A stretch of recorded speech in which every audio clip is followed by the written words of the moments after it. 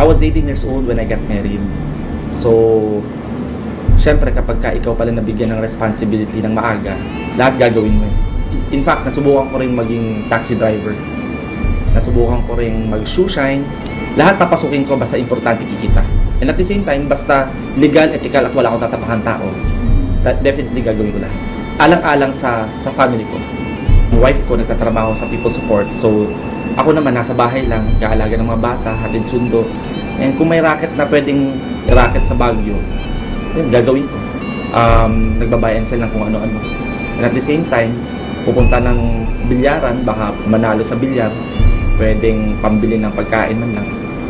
Yun yung ginagawa ko before ako mag-royal.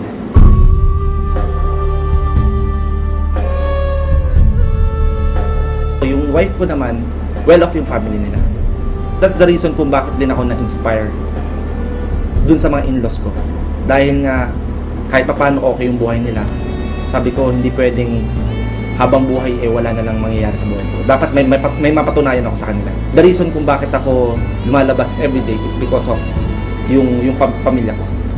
Tititigan ko sila, ito ba yung gusto kong buhay para sa kanila? Gusto ko yung maibigay yung the best na buhay para sa family. Talagang nagdasal na ako kay Lord. Sabi ko, Lord, bigyan mo ako ng break. Bigyan mo ako ng isang opportunity na pwedeng mabago yung buhay ko. At pag nabago yung buhay ko, pagka ako nagkaroon ng break sa buhay ko, ibabalik ko rin yan sa tao. So, yun yung nung dumating si Royal. Actually, ang una kong tinignan nung pumasok ako sa Royal, yung nag-invite sa akin. So, na-inspire ako sa kanya. Tapos, pinunta niya ako dito sa Manila. Kinausap ko si Pres at saka si Chairman. Sabi ko, ibang klase yung management. Ibang klase yung vision nung may-ari. Ibang klase yung mancom ng Royal. Yun ang nakita ko sa Royal Business Club. Yung integrity at credibility ng may-ari at ng management. Ibang klase yung determination ng presidente at chairman. So kung determinado yung may-ari, mas, kumbaga, mahahawa ka eh.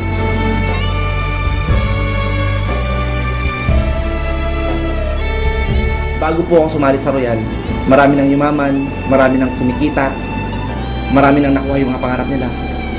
Marami nang naging milyonaryo. Kaya ako na-inspire. Na kung nagawa nila, imposibleng hindi ko kaya. That's why nung nag-start ako sa Royal, every week, ay may kita point na pumunta ako ng Manila para mag-aral. Kasi importante dyan yung training eh. From Baguio, pupunta ako ng Manila. Mga 2 days, 3 days ako dito. Wala pa akong pera at that time, nagre-rent lang ako ng apartel doon sa tapat mismo ng Royal. So, para mas madali, nagko-commute lang ako. Nagbabas lang ako.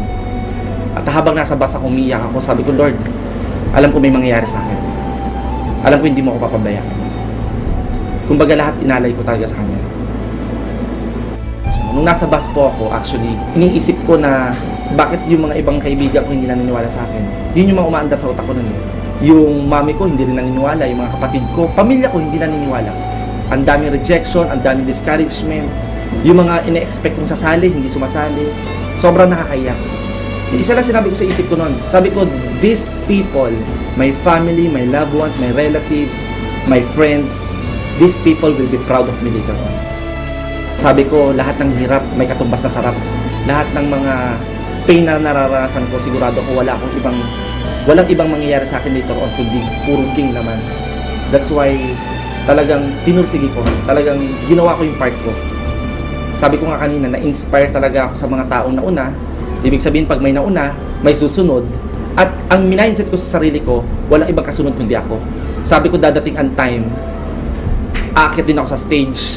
Dadating ang time, yung mami ko magiging proud sa akin. Dadating ang time, yung mga tao, papalakpakan din ako. Yun yung talagang nakita ko sa sarili ko na mangyayari. 6 years na si Royal Business Club. I've been doing the business for 3 years pa lang. So dito ko napatunayan na sa negosyong to walang nauna, walang nahuli. Basta masipag ka, mataas ang pangarap mo, at gusto mo bago ang buhay mo, definitely, pwede kang maging top earner ng Royal Business Club.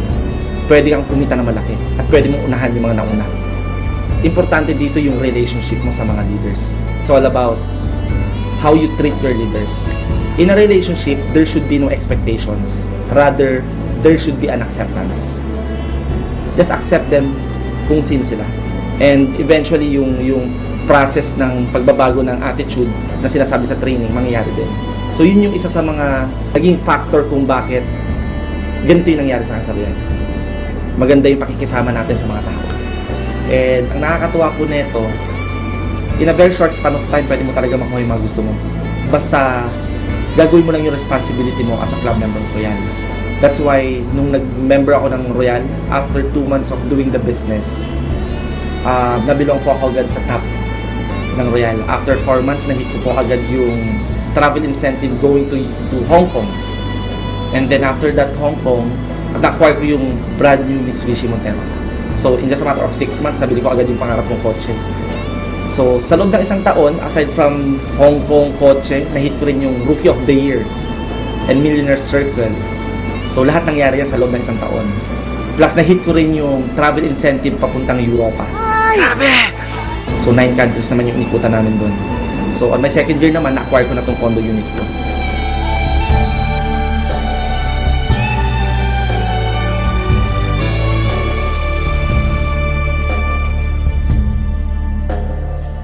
Tapos nahit ko rin yung papuntang Brazil. Especially kung lagi mong kasama ang Panginoon. Christ the Redeemer, wala mo imposible. Sa Royal Business Club, lahat ng imposible magiging posible. Nakakatuwa dahil bukod dun sa mga accomplishment na nakuha ko in my life, yung mga pag-aaral ng mga anak ko, napunta ko sila sa magandang eskwelahan. At May 2012, na acquire ko yung ultimate dream car ko, yung Audi R8.